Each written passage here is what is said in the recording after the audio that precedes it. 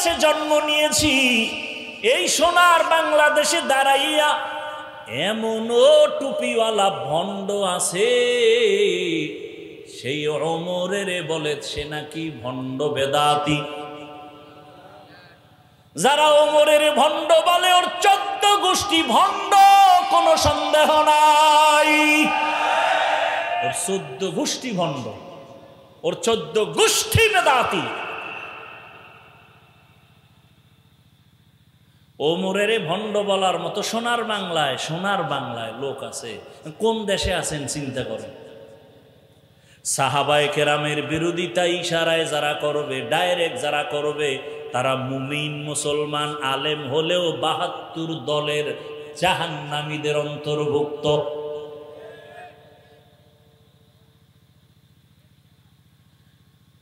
আল্লাহর ভয় নাই, তাকওয়া নাই।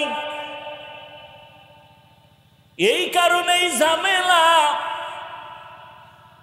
যতদিন পর্যন্ত তাকওয়া অন্তরে আসবে না, ততদিন পর্যন্ত বয়ান চলবে, আমল হবে না। আর তাকওয়া অন্তরে আসবে না ততক্ষণ ওলিয়া উলিয়ার নেক নজর নিবে না। যতক্ষণ ওলিয়া উলিয়ার নজর ছাড়া অন্তরে তাকওয়া আসবে না। লিকুল্লি শাইইন মাদিনুন মাদিনুত তাকওয়া কুলুবুল আরিফিন। আল্লাহ ওয়ালা যারা, ওলি যারা, আউলিয়া যারা, এদের নজরে আলাদা পাওয়ার আছে, পাওয়ার। এই পাওয়ারের নাম কোরআনের ভাষায় ফুরকান, এই পাওয়ারের নাম হাদিসের ভাষায় হলো ফেরাসাত। এই যুবক বাবারা, এত ডিস্টার্ব করলে কি আর বয়ান করা যায়? তোমার উঠার ব্যারাম থাকলে ঢুকছো কেন? তোমার যদি উঠে যাওয়ার ব্যারাম থাকে ঢুকছো কেন? কেন তুমি আমার ডিস্টার্ব করো? কেন তুমি ময়দানে হাজারো মানুষের ডিস্টার্ব করো?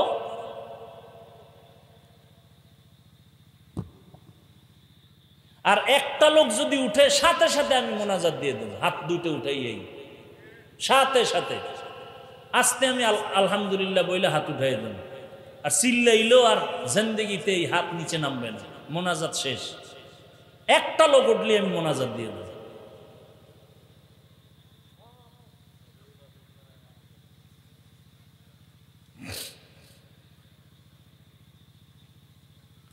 ইয়া আইয়ুহাল্লাযীনা আমানুত্তাকুল্লাহা ওয়াল তানজুর নাফসুম মা কদ্দামাত লিগাদিন ওয়াত্তাকুল্লাহ। ও মুমিনেরা, আল্লাহকে ভয় করো। সাহাবায়ে কেরামদের কি পরিমাণ আমল, যে আমলে আল্লাহ খুশি হইয়া 10 জনের নামে জান্নাতের টিকিট দিছেন। কয়জন? জানা থাকলে বলেন প্রথম কার নাম? বলেন। দ্বিতীয় কার নাম? তৃতীয় কার নাম? চতুর্থকে? এরকম কতজন? 10 জন সাহাবা রাদিয়াল্লাহু আনহুম আজমাইন। এদের নামাজ কত সুন্দর, তেলাওয়াত কত সুন্দর, এদের তাকওয়া কত সুন্দর, ইখলাস কত সুন্দর, জিকির কত সুন্দর। এরপরেও মৃত্যু পর্যন্ত শুধু কান্না কান্না কান্না কান্না কান্না।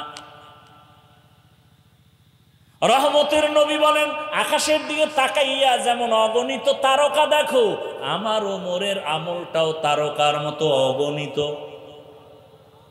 সেই ওমর